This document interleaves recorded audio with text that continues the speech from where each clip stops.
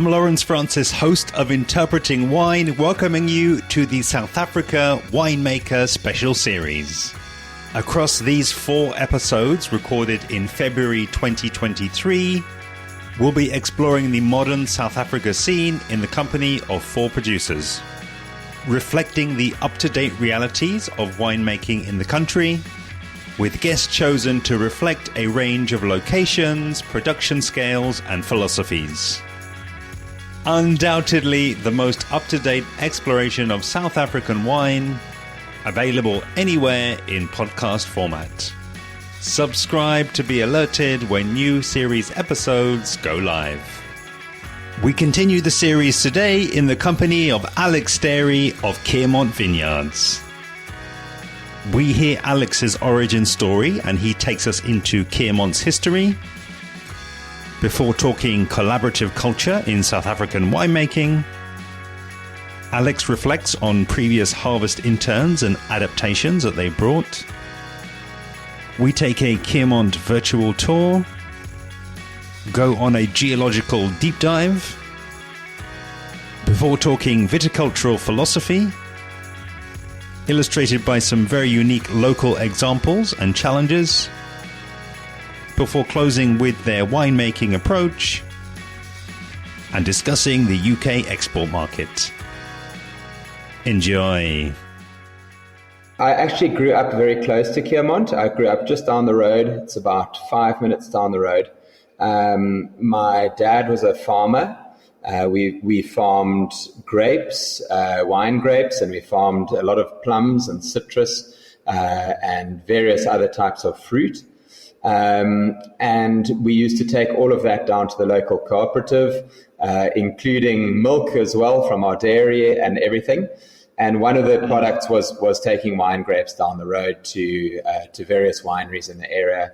And I think through doing harvests with my dad, and obviously I was at school at that time. I was very young. I didn't get actively involved, but I used to go down in the big truck and dump all the grapes into the big hoppers. And I always think that something must have bitten there. That after school I decided that I wanted a job which I could spend a lot of time outdoors. And farming made sense to me. And then I found out about this course where you could study wine and farming. And, we have a combination course here where you study viticulture and oenology. And that was sort of where it started. I got into that course, started to taste wine with people and learn about it and fell in love with the winemaking side. But have always been actively, I really love the combination of the viticulture, of the farming with winemaking, seeing what one specific plot or site gives you in a wine. I remember even my dad giving me a glass of Chardonnay when I must have been 9 or 10 years old and saying, "Oh, this is from that vineyard." And I'll never forget that, because we would drive past that vineyard on the way to school every day, and I'd be like, that wine, that vineyard. And I think something's definitely sort of stuck there. So I studied for 4 years at Stellenbosch University. It's a very technical, very scientific degree. I had to work very hard to get through it. I'm not as bright as all the other scientists that might have been in the class. But I got through it, and when I graduated, I asked one of the lecturers who had connections in Chile if he could put me in touch with a winery over there, that I could go over to Chile. And I actually wanted to learn more about their viticulture, because at that stage they were really setting the bar in terms of viticulture. And I went over to Chile for a few months and worked in a winery in Maipú, just south of Santiago. And then after that, flew over to Spain and worked for a few months in Penedès. And then came back to South Africa, found a job for a harvest here, and sort of flitted back and forth a couple of times for the few years, France and Spain mostly, and doing a few harvests in South Africa. And in the interim, met Mark, who is the owner of Keermont, and started to work at Keermont. I love it, yeah, and I think it's always interesting to know, where you've had a varied set of experiences, basically, and it'll be interesting, I think, to maybe make some connections between those and your current position as well, and the current approach. So, I guess it's the natural continuation, really, is to take us inside Keermont, as it is now, and I guess as it's evolved during the time since you've been there, and maybe starting with the team, in terms of the people who are working there, and you've already started with Mark. Yeah, I think it's probably the easiest to start at the beginning.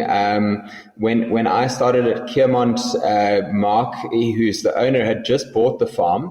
He had moved down from Johannesburg. He has sold his business up in Johannesburg, and he bought the farm actually as a place to raise he's got 4 kids and to raise his family. He wanted a nice place to live. And people had recommended that he plant some grapes on the property. He had about 10 hectares of vineyards existing, and some plum orchards and various other things, which he actually pulled those out before I even started on the farm. They'd pulled all the plums out, but they kept the vineyards. And then he wanted to plant more vineyards. So he actually employed me more on the viticultural side, and said, look, we've got about 20 hectares of arable land here to plant. And I started studying it and studying different rootstocks and clones and varieties and that sort of thing, and started to plan all that planting. So that was my initial job. We had a small team of people on the farm. A few of them are still with us as part of our team here today.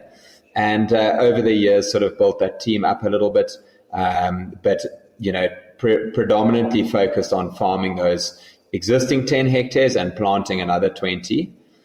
And then in the interim, said to Mark, does he mind if I make a couple of barrels of wine? I was quite keen to give it a bash and do it, actually, possibly make my own little label, or, I really wanted to start to make a bit of wine. And Mark said that was okay. So we bought a plastic tub and a little crusher, and we made the first, I think in 2005, we did 2 barrels of wine. And 2006 something similar, and that tasted pretty good, and Mark was quite interested in how I went about making it, and was fascinated that I just needed like a little room with an air conditioner in it, and I could do this. And we made a couple of barrels of wine. It tasted quite nice. Got it into a bottle, and in the third year he said, well, let's make something that we can put Keermont on the label. So we made 5 barrels. That was 2007. We made 5 barrels of wine, and we took a couple of barrels of Cabernet, a couple of barrels of Merlot, and a barrel of Syrah, and we blended them together, and we made the first wine, which we just called Keermont. And then when we released that, then it went pretty well. People really liked the wine, and we were able to sell our 1,000 bottles or whatever it was that we had made. And that was kind of the jump start on it. Yeah, and while we're sort of at the beginning of the story, as I may have understood, was the plan initially was to sell the grapes rather than actually creating a Keermont brand? Correct. Yes. Yeah. We've got a lot of wineries in our area here, and I think Mark's idea was more plant the grapes, farm them, and then sell them to other wineries. I think when we started to make the wine, and particularly when you start selling wine, you see the grape prices in South Africa are generally pretty low. So farming, particularly in an area, we're right up in the mountains above Stellenbosch. It's really steep up here. We've got little tiny plots of land which we farm, and that type of farming is expensive. So it's difficult in an industry where the grape prices are quite low. It's got a lot better now, but at that stage it was very difficult to sell high price grapes, put it that way. So we decided, Mark quickly realized that actually turning it into wine and selling top end wine was actually more, a better approach. Very cool. Very cool. Okay. And by all means, start to take us through, I guess, the development and, any particular kind of interesting turns along the way. Yeah, so it started with those sort of the 1,000 bottles right in the beginning. I'm actually sitting in the original building that we started working in. We had this big shed that was built on the farm. It was built as a spring water bottling plant. in the 90s at some stage, and that never took off. So when Mark bought the farm, this building was on it. And so the very first little winery so-called winery, was a little room in it, which we put an air conditioner into, and we could put I think we got 10 or 12 barrels in there, and it was full. But that was our winery back at that stage. And then when we started to sell wine about 2010, Mark decided, to invest and actually turn the shed into a fully functioning winery. So that was quite a big change. That was a commitment, I guess, on his behalf, and we decided, that we would now become a little wine estate. So the nice thing for me has been the growth from that point has been quite slow. We never really jumped in with both feet and made 100,000 bottles, and we've slowly but surely grown each of the wines up, and they as they've sold, we've increased their volumes as such. So it's quite a slow sort of organic growth in a way. We truck on. I think something very central to what we do is that we've decided at an early stage only to use our own grapes from the vineyards, and that's still very central to what we believe. We're very much an estate grower, and we grow, produce, and bottle all of the wines ourselves. Very cool. And I guess to kind of close all the loops that are going in my head as well. So what's the current size of plantings, and then also are you using everything to make your wines? Presumably you're now not selling any of those grapes. So that's good questions. First of all, we're up to we're generally between 25 and 30 hectares, 28 and 30 hectares of grapes. We obviously, some of the older blocks we have been replacing over the years, and the life, even though we're working on increasing it, the sort of the lifespan of vineyards in South Africa is not very long. We get a lot of leaf roll virus here and various other problems. So even though we are trying to create older vineyards, some of the old plantings that we already had some virus in them and that sort of thing. So we generally are just below, we work on just below 30 hectares of total under vines. But we have a lot of mountainside up here. As I mentioned, right up in the mountains, and we've got about 100 hectares of mountainside, which which is just covered with the natural vegetation up here, what we call fynbos. It's quite a herbal sort of garrigue type stuff. So that surrounds a lot of our vineyards. We have 13 different cultivars planted, lots of different clones in there, Sorry, the second part of your question was how much we produce. So we currently bring in a lot of the grapes. I would say on average about 2/3 of the grapes, but we still sell some of them. We have at least one customer who we've sold grapes to from before making wine, and we still sell to them, which is our neighbor Dave Trafford. Okay. Very cool. Yeah. So that's I guess that's the first step to getting a handle on kind of what you've got going on over there. I think another part of the pre-chat really that we had was talking a little bit about the wider culture, within Stellenbosch and within the South African wine industry, and mention of kind of collaboration as well. And it's not a specific question, but I wonder if you wouldn't mind just sort of fleshing that out a bit for me and for the listeners.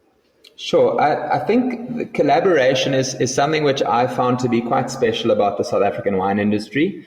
As far as I know, there isn't as much collaboration in most other industries around the world. And I make that statement based on what I've heard from other importers and European people who they can't believe how much we speak to each other and how much we work together. It's a lovely part of the industry. The easiest way for me to explain it is my own history coming into Keermont and having this big project which I was tasked with at the age of 24 or something.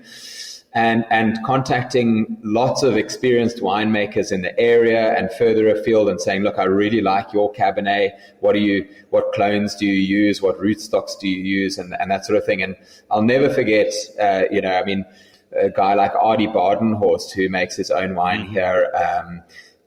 He was at Rustenburg at the time, and I called him up and I said, look, I really love the Rustenburg Cabernet, and what clones do you use? And he said, oh, well, just come over and I'll show you everything. And literally going around the cellar, having a look at his barrels, having a look at everything, tasting barrels, tasting different clones. It's and that's unique, I think, to our industry, and maybe some other industries around the world are like that, but it's not what I hear from a lot of people. And then you go on marketing trips with guys. We have a lot of fun together. We try to market each other. We try to up each other and say, oh, you should try Sam O'Keefe Syrah. It's fantastic from Greyton, or the Molyneux Syrah from Swartland. It's better to up each other, and then people realize that there's a lot on offer out here.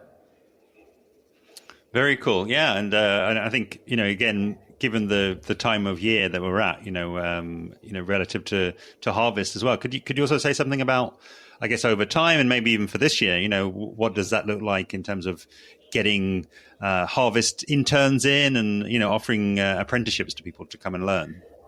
Yeah, it's good that you should ask it in that way. I'm sitting here, I'm all sticky with grape juice and sweat from this morning's picking. We were in the vineyard at about 6:30, busy picking Chenin Blanc, and it's a hot day here today. It's 35 degrees plus outside.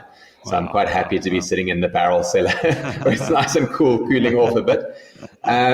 It's lovely to have the interns here. I've always really enjoyed it. The last couple of years, we've actually taken local interns, local graduates, and it's really nice, particularly to bring in people that maybe aren't as connected to the industry, and they're looking for an opportunity, and bring them in and hopefully try and teach them something about the industry in general and about how we make wine. But it's also always nice to have the foreigners as well. I've had a couple of Americans, who have surprisingly they really surprised me. They worked so hard, and really lovely to have them here. We had a lot of fun. We normally end up, we call it braaiing, barbecuing, after work, and having a couple of beers and having a chat and stuff, so it's good to have them here. I've had a guy from Sicily before and a couple of other places, so really nice. I try to take on one as opposed to a whole team of them, because then with one you really interact, maybe one or two, then you really interact as opposed to a team who would probably form a team and go off on their own and do their thing. I prefer to include them in our family here as such. Yeah, no, that totally makes a lot of sense. And also just, to probably close off the point, but I'm curious, are there any examples of, I guess, where I know you've had, your own kind of extensive travels and experiences internationally, but, are there any examples of, I guess, some of those interns, bringing ideas and maybe challenging and, bringing up things that, have kind of changed and stayed there since, after they've left? For sure. I think it's always good, whether it's the foreigners or the local guys, it's always fresh. I always say to them when they arrive, I'm like, I want to learn from you just as much as you want to learn from me. It's really, really important because otherwise you get so stuck in your ways, in the way that you make your wine. And a very simple example was a couple of years ago. We had a lovely young local girl working for us in the cellar, and we got to a point and we were rushing around and we couldn't fit all the work into the day or whatever. And she just said to me, it's hard to sort of explain it, but she said, well, why don't we rather just put this one tank up there next to the press, and that can drain while we're pressing the press, or something simple like that. And I'd never thought about it, and I was like, that's just brilliant. We can absolutely do that. Let's do that right now. And, so it's that, like, just having another mind on it.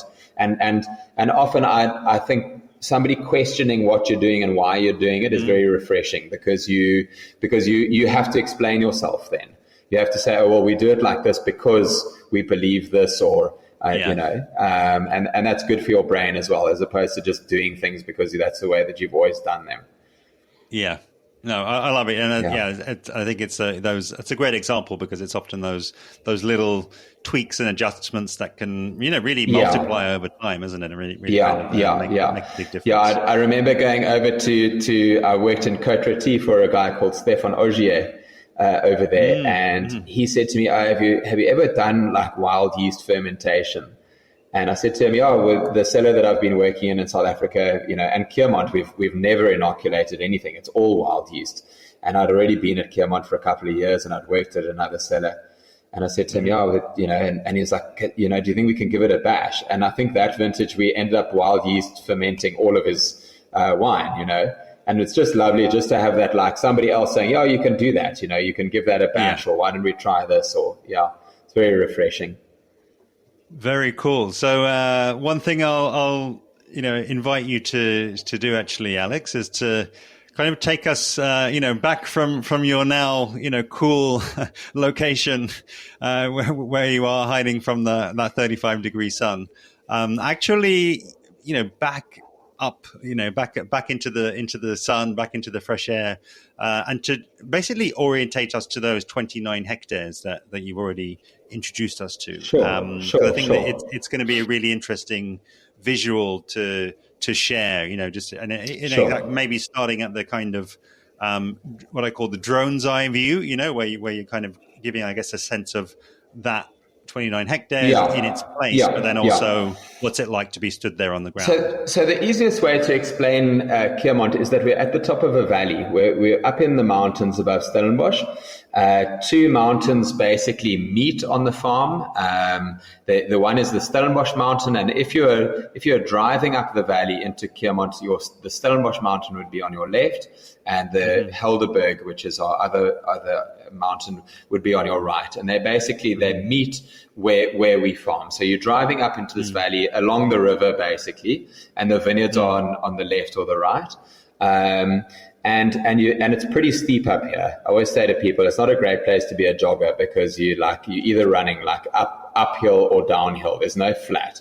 And all of our vineyards are either planted sort of along that riverbed, would be about the flattest part of the farm, and then it moves away from that riverbed up into the mountains, pretty steeply on the left or the right. And the parcels, because it's not very flat land, so we've actually got to plant plots of land scattered in amongst the mountainous vegetation.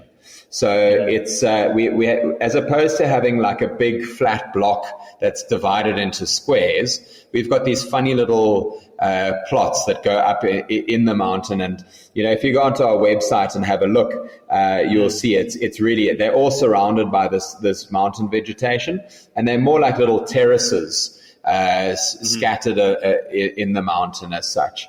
Each one is probably a hectare or two, and then those pieces of land were actually previously farmed.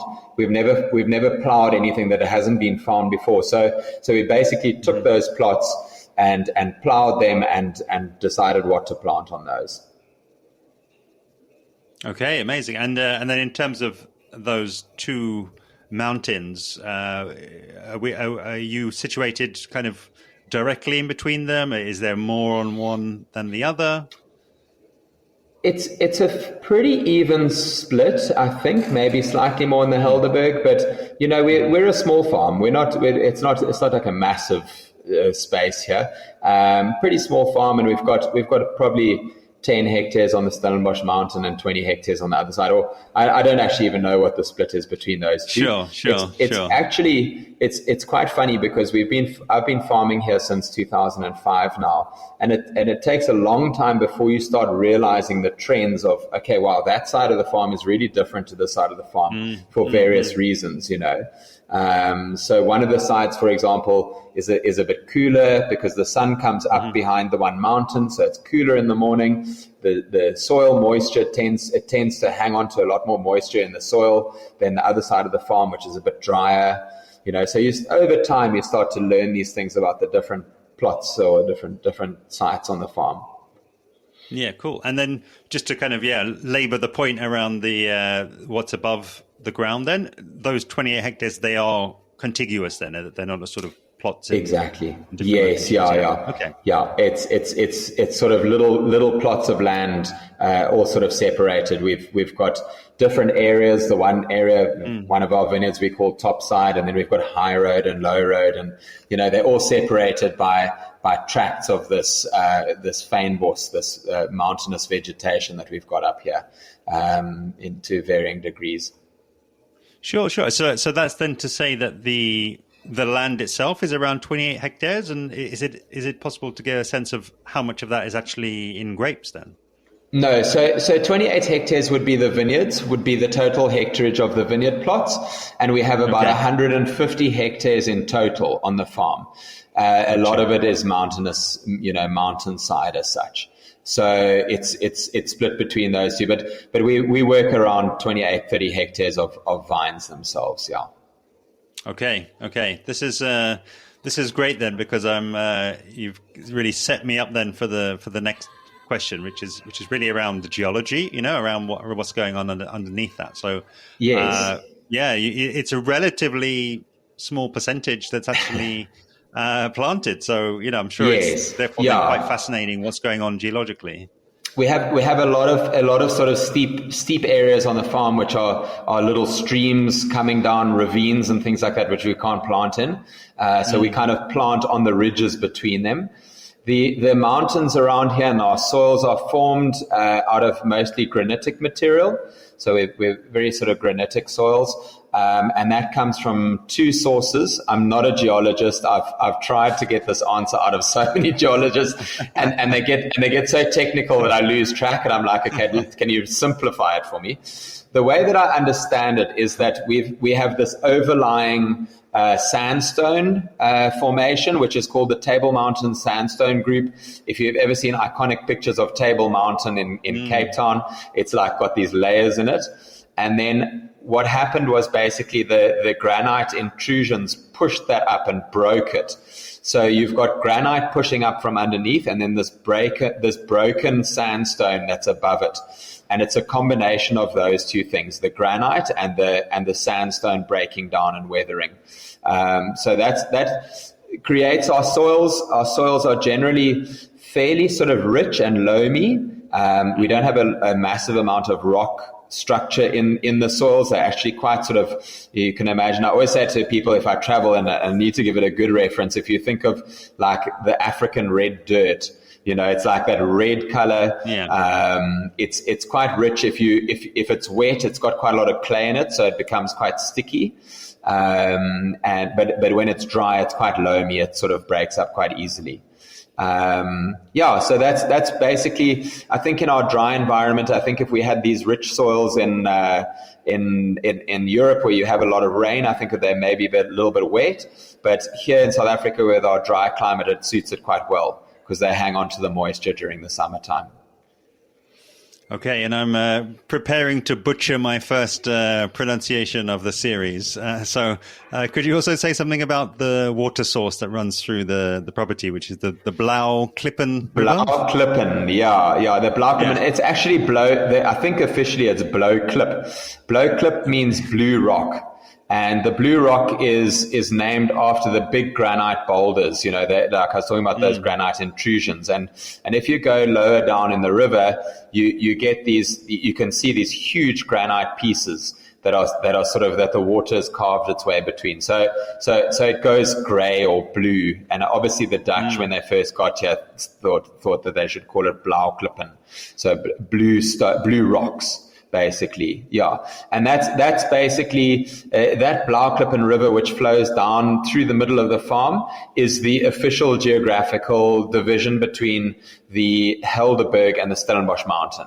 And we farm on either side of that river. Okay, very good. And I believe it also has a kind of a strong influence as well into the soils that are closer to the river rather than on the sides. Yes, look, most of the soils are as I said, are formed from the mountainous stuff breaking down. But then along the river banks, you do get a bit of alluvial stuff, which is sort of washed down and settled. So we don't have a lot of vineyards planted in that. It's a tiny, we call it a river. I think Europeans would call it a stream. For us, it's, we don't have a lot of water here. So anytime you see water flowing, you call it a river. But Europeans would call it a stream. And so it has got a bit of a bank, but nothing major. Mostly when you move more than 50 or 100 meters away from the stream, you're basically out of that bank, so the sort of the plains, until you get further down the valley, and then down the valley, then they may be farming more on the plains as such. Okay, no, very cool, very cool. And they're building on everything that you've already shared with us, Alex. It would be great to get an insight into, I guess, the viticultural philosophy. Again, starting at a fairly high level, and then by all means maybe bring up any particular examples of what you think that you do there that's maybe something unique to site, or unique to your property versus anywhere else. Sure. I don't know, in terms of our viticulture, I don't know if there's that much unique. We try our best. People always say the wine is made in the vineyard. Yeah, we do our best. It really, I take my hat off to farmers. Everybody makes the big song and dance about the winemakers, but the farmers, I promise you, that is where the stress lies and where the hard work lies. It's really, really difficult, getting a crop on the vines, keeping your vines healthy, keeping them happy, nothing attacking those grapes or whatever it is. And I've come to the conclusion, you always see these wonderful European harvest parties where they're all celebrating that the harvest or whatever. And I've come to the conclusion that you do that because you're happy that the grapes are off the vine, that you don't have to worry about them anymore, because it's a constant worry. But having said that, I grew up on a farm. I love the farming side of things. We try lots of different things in the vineyards here. We planted lots of clones and we've got 13 different varieties planted on the farm. We've got several different trellising types, several different pruning systems. I like to experiment with different things, and not saying experiment as in one vine. I mean, plant a vineyard differently, see how it works out. So we've done quite a bit of that over the years. We've got geo pruning, we've got spur pruning, we've got little bush vines and various things like that. Then on the farming side, we haven't gone full organic yet. We are quite interested in that, but we sort of experiment with various organic techniques. I've always been quite interested in it, but always believed that I work for somebody. I've got to make sure that we get a decent crop on the vines every year. And so we dabble with it. That's probably the best way to say it. Always leaning more in a direction towards more sustainable, more natural farming, but not full on organics as such. Yeah, and I guess maybe to again draw connections with where you are and the conditions there. I mean, and again to the stream that's running through the site. Does that then mean that there are kind of again relatively speaking fewer disease pressures? So it's actually that there's not masses of humidity there to kind of deal with, or is that There's not masses of humidity. We still seem to have a fair amount of disease pressure up here. We're up in a valley where maybe there's not as much air circulation as there might be elsewhere. So we definitely do need to spray and stuff like that. Actually, one of the biggest challenges, which I've always said is moving towards organics is the opposite. I'm not too worried about the spraying and that sort of thing. In South Africa, being a dry environment, actually one of our biggest challenges is weed control under the vines.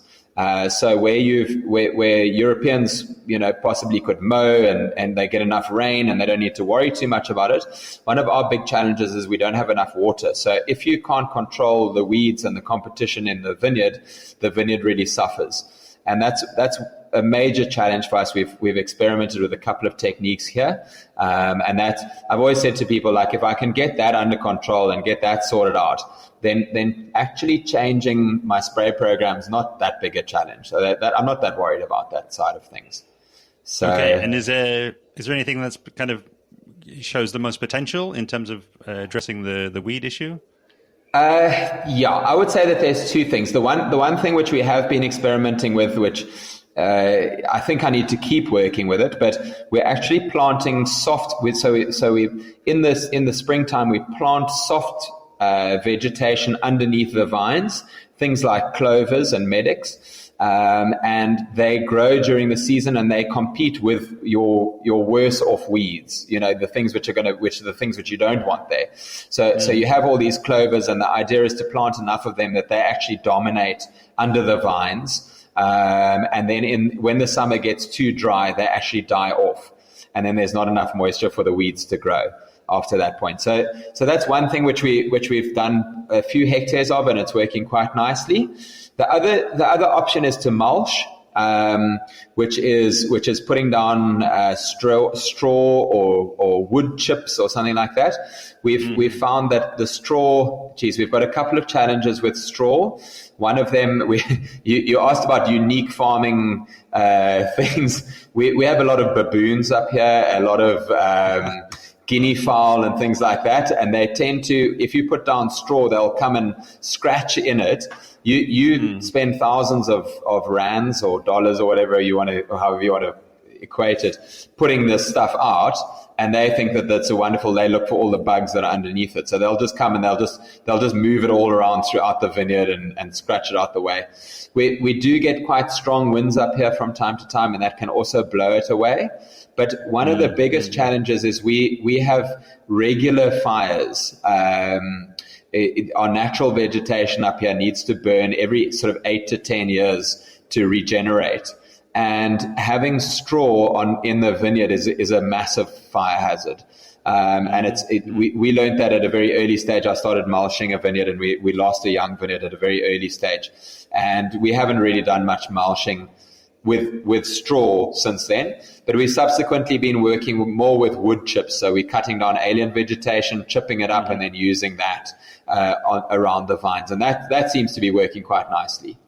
So that's a good thing. Yeah. Very cool, yeah, and again, I think it's also quite nice. You'll have this interview to listen back to in a couple of years' time, so you can see how it went, and maybe we're constantly working on it.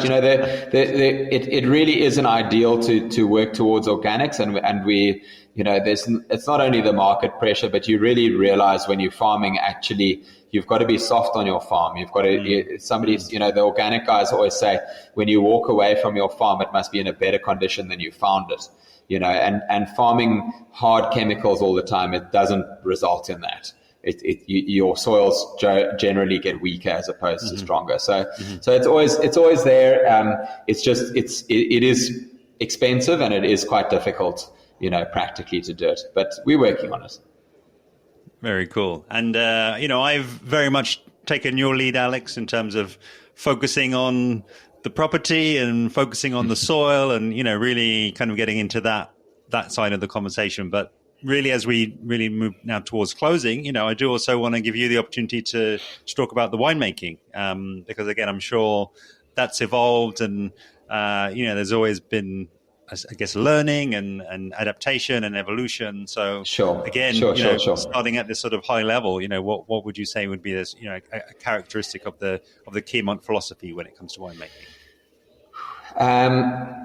I've learned not to underplay it, because people say you shouldn't underplay it, but we really do try to do as little as possible in the winery. And that's not to say that we're not very particular about how we do things. It's just to try, my favorite wines are simple wines that really taste like the vineyard and taste, you really get a true expression of the character of the terroir. So we're very particular about how we do things, but we do very little, if you know what I mean. So in the cellar, we work in a very sort of traditional way.